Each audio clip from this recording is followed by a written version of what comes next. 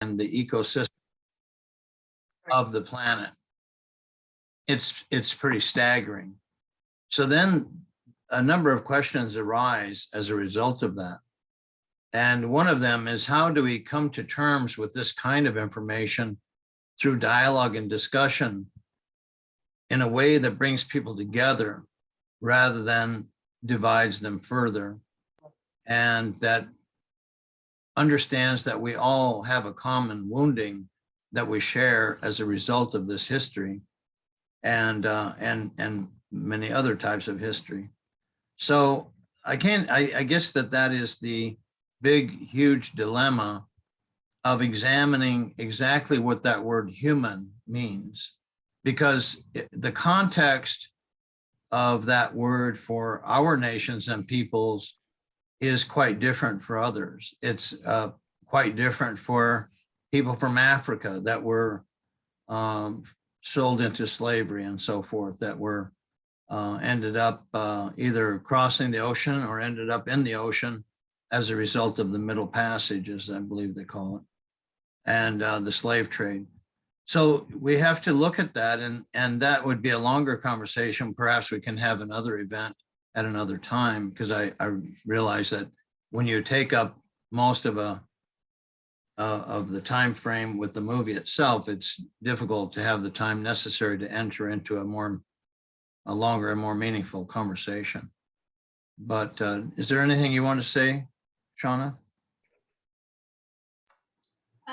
I just want to acknowledge, I know when we come out of the film with the groups, I just like to kind of like hold a space for people to just really know that where you are, the processing of the film can really sit heavily with people, and there's all range of emotions.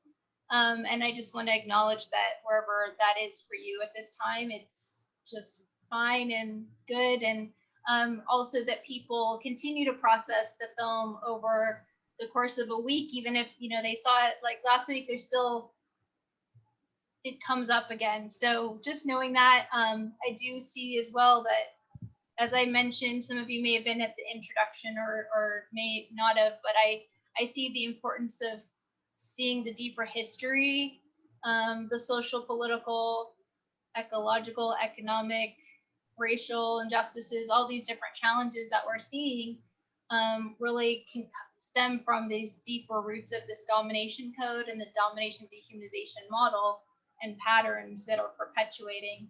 So I do see that it's important to have the courage to really look and say, okay, I'm willing to go into this deeper opening and open our hearts to things that are not comfortable, so that we can begin the healing and conversations that are necessary, so that we can come into the future into a much more transformative way.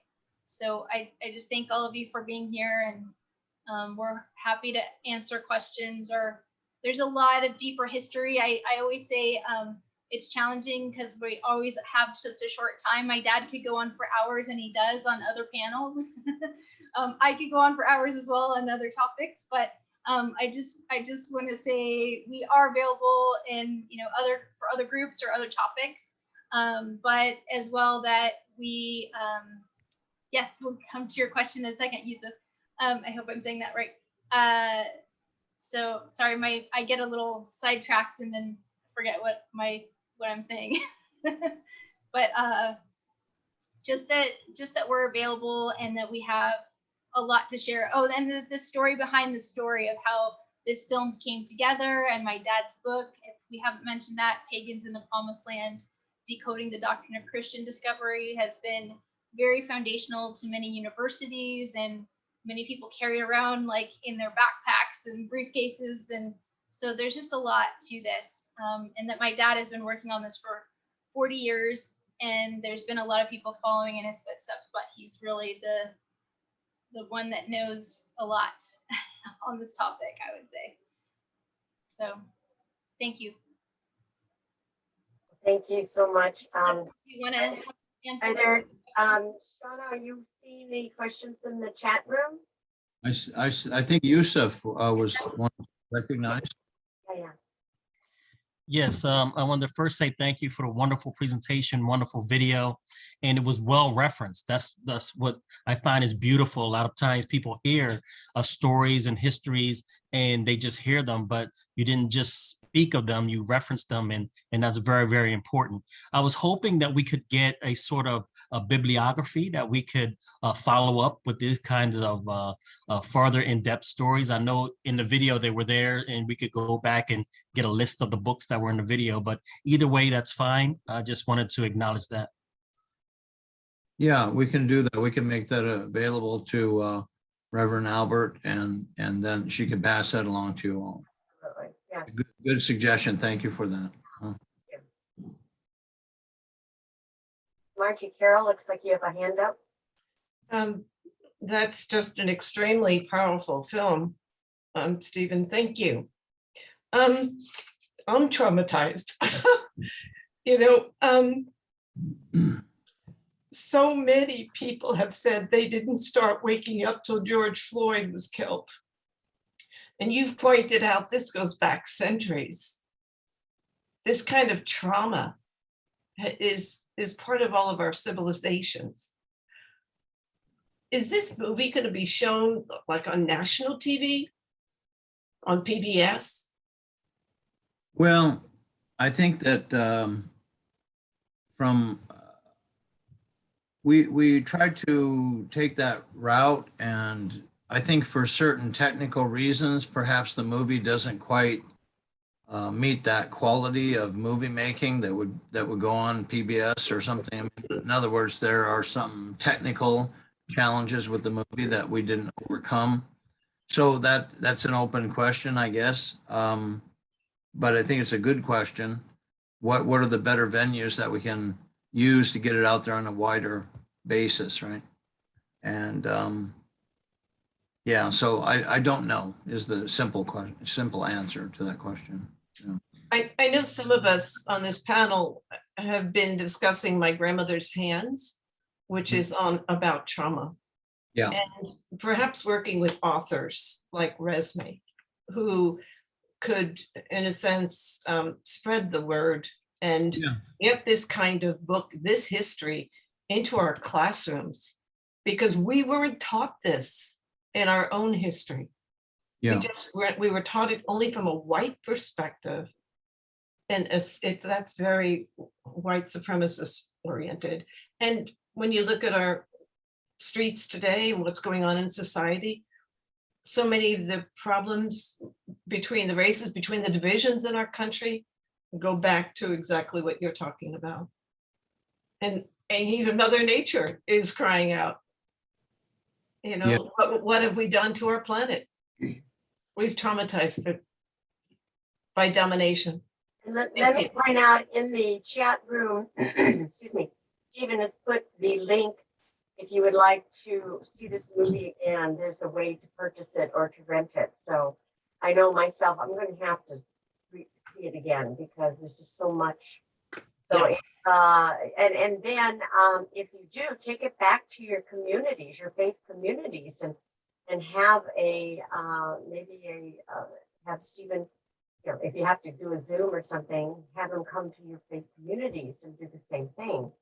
And that's why we're here together, so we can spread the word out. We're of a variety of faith traditions on this Zoom call, and it's really up to us to spread the word. Like one of the songs that Ruth Brody Sharon wrote was, "We are the ones," and we are the ones to do the work. So we need to get out there and do the work. Yeah. I have something to say to is it Margie or? Yes. Hi, Margie. I do some different summits and online work as well as a host and do speaking work. Have you heard of the Shift Network? Yes.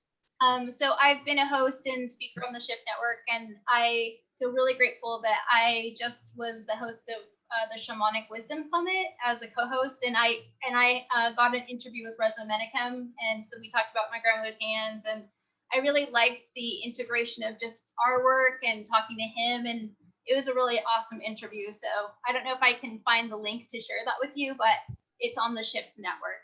And I there's knew a I lot saw of- your name there's a lot of somewhere. incredible interviews that I did, so like 15 interviews with them. So Thank you.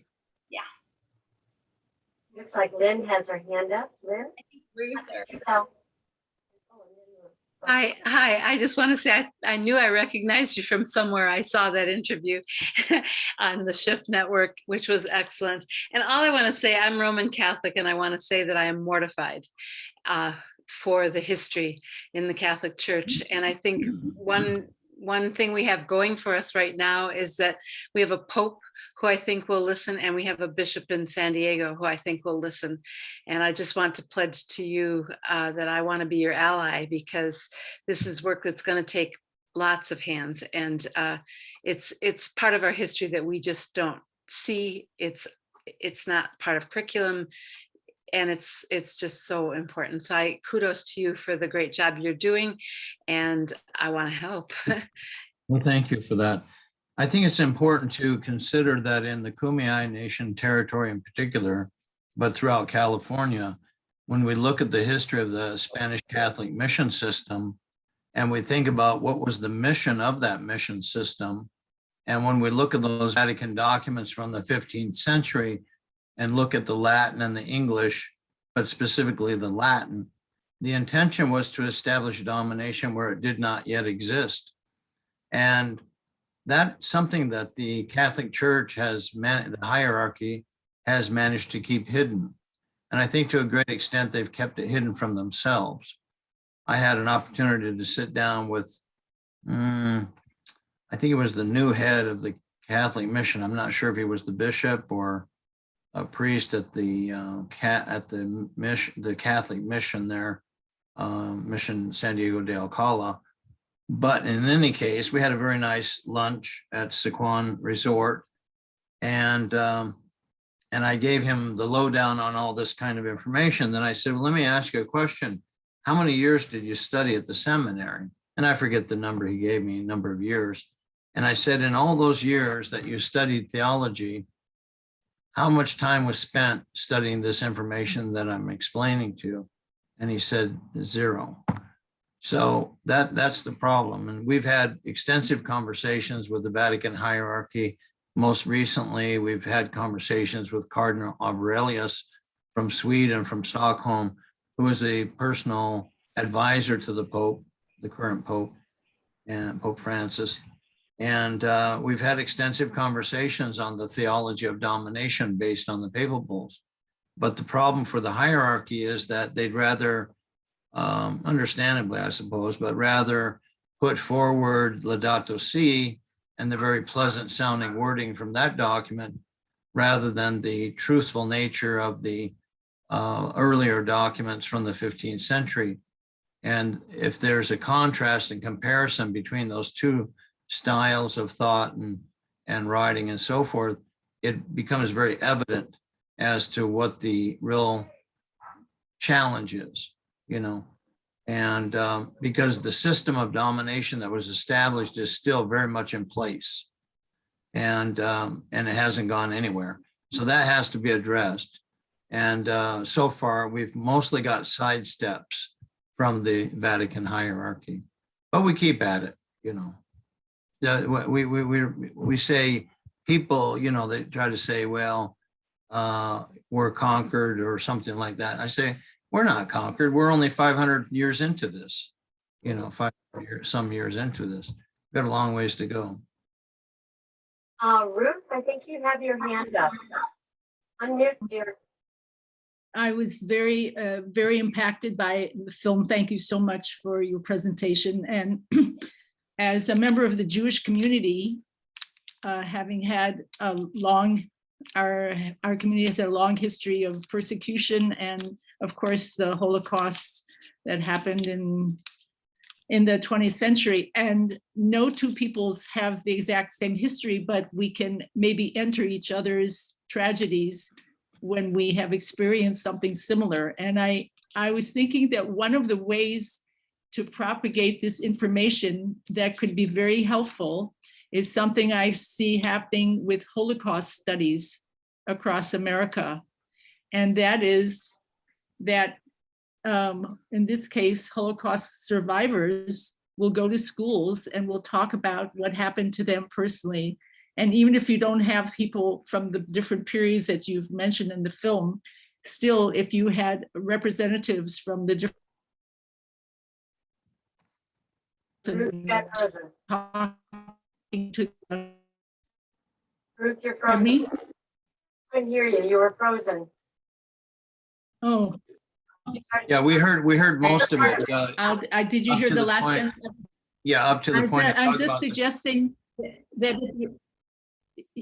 right, Yeah. if you could have individuals going to the schools and talking to the kids, the younger kids, you know, not just for colleges, I think it's really important that children and have someone who represents that particular philosophy and cultural background that is delivering the information rather than a teacher who just learns about what happened and then tries to share it. So that was just a suggestion because I've seen how effective that has been for the Holocaust studies when they've actually sent people who experienced those horrors and could share it. And thank you so much for doing, I think, as Abigail said, we are the ones, and the interfaith community is the perfect enclave for this to go further. And we are very grateful, and we're here to serve. One issue. Thank you very much for that. Thank you. And I think we have time for one more question. And I think I see Deborah's hand up. And then we're going to have Shauna close with a wonderful prayer. Thank you. I am so grateful that we got to have this evening, and the themes of reverence and an understanding of power and dominance. It's time for this. We've been waiting a long time, and love to see the movie as part of curriculum. One of the things I mentioned to Bobo the other night is on the bottom of one of our school union reps emails, there's a tribute to the fact that we're standing on Kumeyaay land. And so there is momentum, there is movement, and I'm really excited that we get to help take it further. Thank you for that. I think it's important to acknowledge the Kumeyaay Nation. That's a wonderful thing to say that the people are located on the Kumeyaay land. But I think it's important to say the lands of the Kumeyaay Nation. The reason I say that is because the United States has very meticulously worked to destroy Native nations as an identity. And I think in order to push back against that, what I do is I try to emphasize that which the United States does not care for, and which is the acknowledgement of our nationhood. And that's a longer conversation, but thank you very much for that. I really appreciate it. Thank you. Thank you for the upgrade in the languaging. Language consciousness is I love how you dive deeply into that. I did have one question. I know, coming from my background using the term First Nations, I'm hearing original nations. Is there weight or preference? How would you coach us in that? I mean, I use various terms. I kind of mix it up when I'm speaking or writing. Indigenous, when you take it into the international arena, the term indigenous actually means dominated peoples. And a lot of people don't realize that. So it's the descendants of a people that were existing in a particular place when a second population came in and through conquest, settlement, and other means established dominance over them. So that's the domination system that's being acknowledged in that wording. And there's no provision within the international language whereby that dominance that's put on top of the people is going to be lifted off. It's as if it's there to stay forever. So also briefly, within the Johnson versus McIntosh ruling, Chief Justice John Marshall talks about the original fundamental principle that discovery gave title to those who made it. So when I looked at that for a long time, for many years, I realized he's taking the words original and fundamental which are actually words that should be properly applied to our nations and peoples, and claiming them for the United States as the colonizer, as the imperial power. So my effort to use original nations is to be precise, but also to say, no, those words don't properly apply to you whatsoever. We're the original, and we always will be, and therefore first in time, first in right. With your indulgence, before Shawn closes out the prayer, I have a very brief little rhyme here. Masted ships are approaching with a plan of attack. Stand your ground now, there's no turning them back. Looking out from the sandy shore, we feel the dread of impending war as they claim our lives by the power of the sword and swear by God in the name of their Lord. They say he promised them our land and gave them the right to rule us with an iron hand. But all they ever do is tell their endless lies while claiming they've come to civilize. But now we clearly realize to civilize means to dominate. And we have the perfect right to maintain a spirit of resistance with a firm and unwavering insistence that we are first in time and therefore first in right. And now we truly see we are still rightfully free, because there is no such thing as a right of invasion and no such thing as a right of domination. Thank you so much. This has been an incredible evening, so impactful. And I know we're all taking this right into our heart. And I would love to have another meeting at some point with you, Stephen and Bobo and Shauna, and just continue the discussion. So we will stay in touch for sure and we need to continue with this. This is just a subject that has to be open and said and spread. The word needs to spread. So thank you so much. Yeah. And so Shauna? let's give a little handout shout. Thank you, everyone. Thank you. So if we are ready, maybe Shauna, would you lead us in prayer? Yes. And if we were together in person, I wish that we could be in a circle and perhaps holding hands, but my heart and blessings go out to each and every one of you this evening and to all your families and communities. And I just want to acknowledge again the original people of the land, wherever you may be, and honoring our ancestors and our free and independent existence from time immemorial. And just acknowledging this beautiful day and evening that we've shared together. And that I feel proud to speak in my Lenape language, which was not something that I grew up with, that was taken from us when our grandfathers went to the boarding schools or sent there. They lost that connection to our culture and our language. To have it back and be able to share this prayer with you is deeply meaningful. So I hope it touches your heart. And I believe my dad has said it's about 14,000 years old, this language, the Lenape language. Kuhana Geshelemi Wanishi. Okwawotake Kuanamilian Wanishi. Biok in the Keshok. Petio Hekamakana Yushienta. Vita Kamika. Milinen Willamal Sawakan. Willatana Mawakan. Milinen Weltek Tamakan. Ichi Kaski Ikalichi. Bechi Petausen and Yushienta. Vita Kamika. Nanalakesh. Great Spirit Creator, we give great thanks for this day. We give thanks for all of the good things that you give to us, for the waters and the sun shining upon us on this earth, for all of the good things that you bring to us, for good health and happiness. And we ask that you bring us a good road so that we can continue to walk a longer life on this earth. Sending blessings to all of us and to all of our families and communities. We send blessings to all of the peoples of this earth. We ask that we may find compassion in our hearts love and come together in the spirit of deep healing for our beloved Mother Earth and future generations. Wanishi, thank you. Thank you, Shauna. Wanishi. Thank you, Bobo. Thank you, Dr. Albert, and everyone.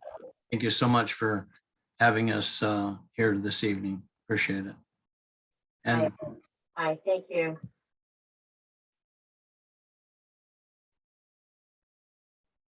Thank you so much. all right, take care. Yeah, Thank bye-bye. you. Thank you, everyone. Good. Stephen, how do we get your film? The link was there, but I'll send the link to Reverend Albert and she can send that out to you all. Okay? Okay, thank you. I would Thank like you to so buy one and And- give it to our Catholic seminarians. Yeah, and originalfreenations.com is one website. Indigenous Law Institute is another one. And then ShaunaBlueStar.com. Would you put those in the chat box? Yeah,